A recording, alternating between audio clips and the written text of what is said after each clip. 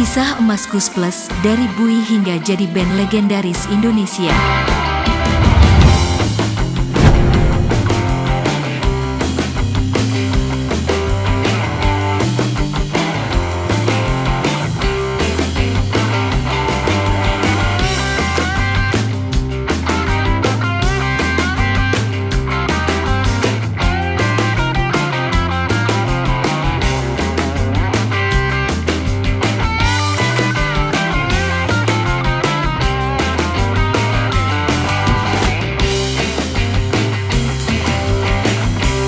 Kus Plus, grup musik legendaris yang mewarnai perkembangan industri musik tanah air.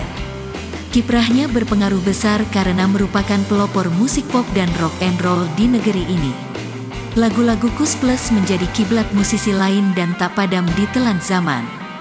Berbagai hits atau lagu mereka kerap didaur ulang dan dinyanyikan kembali oleh banyak musisi dengan aransemen berbeda. Gaungnya masih terdengar merdu sampai sekarang. Sebut saja lagu Andaikan Kau Datang, Bujangan, Kisah Sedih di Hari Minggu, Kembali ke Jakarta, Muda-Mudi, Derita, Kolam Susu, Bunga di Tepi Jalan, Diana, Manis dan Sayang, Cintamu Telah Berlalu, dan masih banyak lagi. Karya-karya Kus Plus selalu meledak di pasaran. Penikmat lagu-lagunya bukan hanya dari orang tua, tapi juga anak-anak muda. Kesuksesan telah diraih, bukan dengan cara instan, tapi butuh kerja keras, keringat dan air mata untuk bisa mencapainya. Bagaimana awal kisah atau perjalanan karir The Beatles-nya Indonesia ini dari awal merangkak hingga moncer berjaya? Berikut rangkuman ulasannya dari berbagai sumber.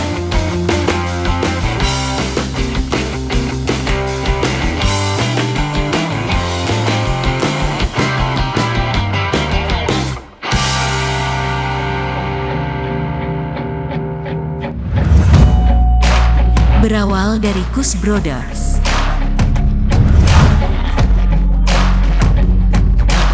Semua berawal dari terbentuknya Kus Brothers di tahun 1958. Saat itu, keluarga Kuswoyo yang terdiri dari Yon, Yok, John, Tony dan Nomo mulai berkarya dan meluncurkan album pertamanya di tahun 1962. Di tahun 1963, Kus Brothers yang berasal dari Tuban, Jawa Timur ini berganti nama menjadi Kus Bersaudara. Band dengan personel Yon pada vokal dan gitar, Yok pada vokal dan bass, John pada upright bass, Tony pada gitar, dan Nomo pada drum. Mereka dikenal jago meramu musik. Kreativitas yang luas tampak jelas dari aransemen dan komposisi musik mereka. Anehnya, meski riff gitarnya simpel dan rata-rata hanya terdiri dari 3 chord saja, namun nada yang tercipta sangatlah merdu dan indah. Inilah yang menjadikan musik penerima penghargaan AMI Legend Award ini istimewa. Ditambah lagi dengan pembagian nada vokal yang harmonisasinya lengkap dan ramai membuat karya gubahan mereka semakin menghibur untuk dinikmati. Dengan skill dan musikalitas tinggi, mereka piawai menggabungkan berbagai genre, seperti pop, rock and roll, Melayu, blues dan bossa nova untuk disuguhkan ke masyarakat. Dilema bongkar pasang personel dan konflik ganti nama. Seperti kebanyakan band pada umumnya, bongkar pasang personel jadi hal lumrah. Begitupun yang terjadi pada Kus Bersaudara. Karena satu dan lain hal, keadaan memaksa penggantian personel. Tony ingin semua personel mendedikasikan waktu mereka sepenuhnya di band.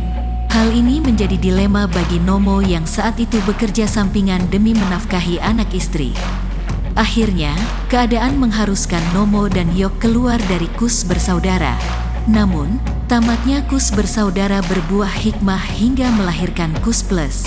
Tony yang saat itu masih ingin terus berkarya lantas menggandeng 2 musisi, yakni Kas Muri atau Murri dan Totok AR meski sempat menimbulkan konflik internal. Namun akhirnya Kus Plus pun lahir di tahun 1969. Dengan formasi terbarunya yang melibatkan musisi lain di luar keluarga Kuswoyo, babak baru pun dimulai.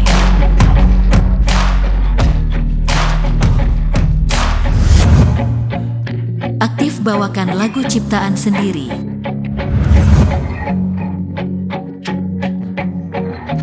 musik Kus Plus yang unik dan spesial mampu membius penikmat musik tanah air.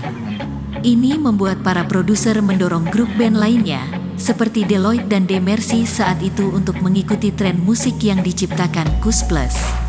Tak hanya menjadi trendsetter dari segi genre musik saja, Kus Plus juga mempelopori tradisi manggung membawakan lagu ciptaan sendiri, yang pada saat itu merupakan gebrakan mereka.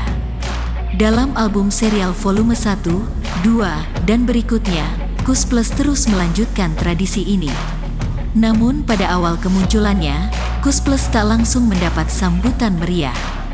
Piringan hitam dari album pertama mereka sempat mengalami penolakan dari sejumlah toko kaset. Barulah setelah single mereka yang berjudul Kelelawar diputar di RRI, Roda Berputar. Banyak orang mencari album pertama mereka. Satu persatu hits mereka semakin membahana di udara, hingga akhirnya mendominasi musik di Indonesia. Di sepanjang perjalanan karirnya, Kus Plus telah bekerja sama dengan sejumlah label rekaman, di antaranya ialah Remako, Puspita Record, Irama Record, Dimita Record, Mesra Record, Purnama Record, hingga Flower Sounds. Lagu-lagu Kus Plus terus mengudara di periode tahun 1972 sampai tahun 1976.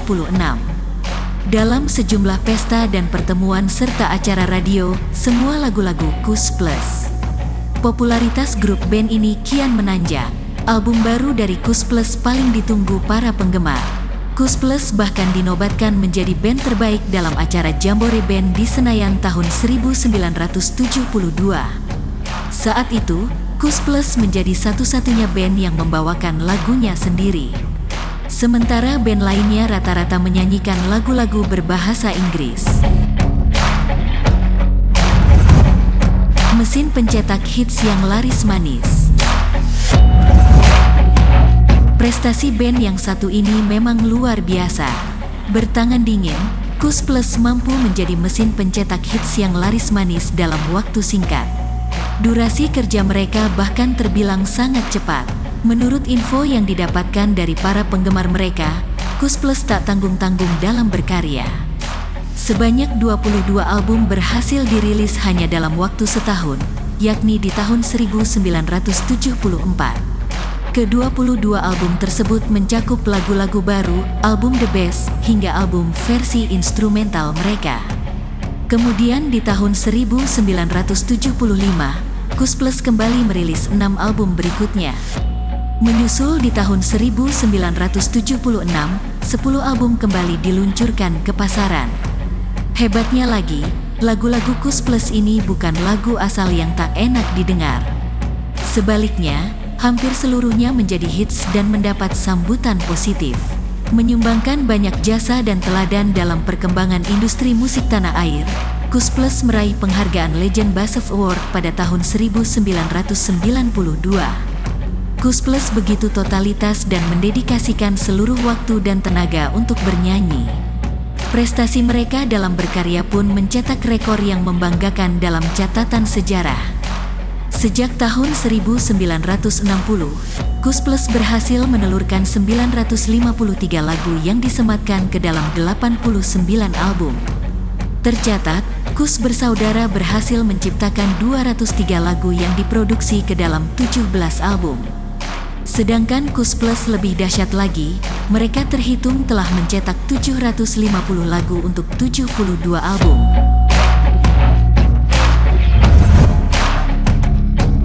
Mendapat bayaran sangat mahal. Menurut salah satu personelnya, Kus Plus pernah dibayar sangat mahal saat berada di puncak kejayaan tahun 70-an. Dalam wawancara dengan salah satu media nasional tahun 2001, Yon menyebutkan Kus Plus dibayar 3 juta rupiah untuk sekali manggung di Semarang, tepatnya di tahun 1975. Padahal, waktu itu harga satu mobil Corona tahun 1975 saja kurang lebih dibanderol 3,75 juta rupiah. Jika dikurskan saat ini, bisa jadi honor mereka berada di kisaran 150 sampai 300 juta rupiah. Ketika itu, honor mereka terbilang sangat besar. Pernah dijebloskan ke penjara. Dalam bermusik, ada suka dukanya. Bukan hanya mencicipi bayaran termahal, Kus bersaudara pernah juga mengalami getirnya kehidupan, bermalam di hotel Prodeo. Karir bermusik yang dirasakan Kus Plus tak melulu mulus dan tanpa hambatan. Karena dianggap terlalu kebarat-baratan setelah sempat membawakan lagu The Beatles, Kus bersaudara dijebloskan ke penjara Glodok, tepatnya tanggal 29 Juni tahun 1965. Mereka dibuih begitu saja tanpa melalui proses pengadilan terlebih dahulu. Kus bersaudara lantas dibebaskan tanggal 29 September tahun 1965, sebelum pecahnya peristiwa G30S PKI. Waktu itu musik mereka dianggap bermuatan politik kapitalis. Sedangkan di Indonesia, saat itu justru sedang menggalakkan gerakan anti-kapitalis. Pemerintahan Indonesia waktu itu menyebut musik ngak-ngik-ngok yang kebarat-baratan adalah terlarang, lantaran berseberangan dengan cerminan kepribadian bangsa.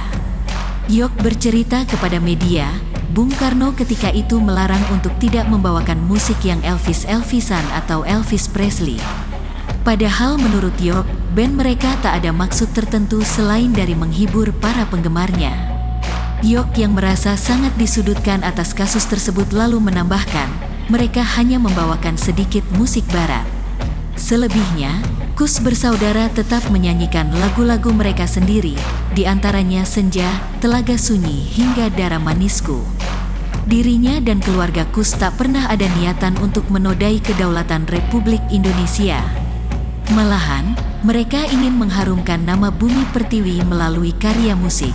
Perjalanan Kus Plus kemudian mulai surut di tahun 1980. Namun selama masa itu, Yon meluncurkan album solonya. Kemudian di tahun 1993, musisi kawakan Dedi Dores sempat bergabung meski tak berlangsung lama. Setelah Dedi Dores mundur, bergabunglah Andolin Sibuea dan Jack Casby. Terus berkarya demi menggapai kesuksesan. Kus Plus adalah band legendaris yang telah memberikan inspirasi dan dedikasi yang luar biasa untuk kebangkitan musik Indonesia. Mereka adalah teladan yang pantang menyerah dalam menghadapi segala rintangan dan hambatan di dunia musik. Sejak awal karir mereka, Kus Plus telah membuktikan bahwa musik Indonesia dapat bersaing di tingkat internasional. Mereka tidak hanya menghadirkan lagu-lagu yang enak didengar dan bersemangat, tetapi juga menciptakan identitas musik Indonesia yang unik. Mereka menghadirkan sentuhan kebudayaan Indonesia dalam musik mereka, menjadikan lagu-lagu mereka begitu khas dan bermakna. Yang paling menginspirasi dari Kus Plus adalah dedikasi mereka untuk terus berkarya. Meskipun mereka telah mengalami banyak perubahan dan tantangan sepanjang karir mereka tidak pernah menyerah. Mereka terus menciptakan musik yang menggugah hati dan mencoba berbagai eksperimen musik yang berani. Kus Plus juga menjadi panutan bagi generasi muda musisi Indonesia. Mereka membuktikan bahwa dengan kerja keras, kegigihan, dan cinta pada musik, kita dapat mencapai prestasi yang luar biasa. Mereka adalah bukti hidup bahwa musik Indonesia memiliki potensi yang tak terbatas. Saat ini, kita tidak hanya merayakan musik mereka yang timeless, tetapi juga semangat mereka yang tak pernah padam untuk terus mengangkat musik Indonesia ke tingkat yang lebih tinggi. Kus Plus adalah legenda yang akan terus menginspirasi dan mendedikasikan diri mereka untuk kebangkitan musik Indonesia.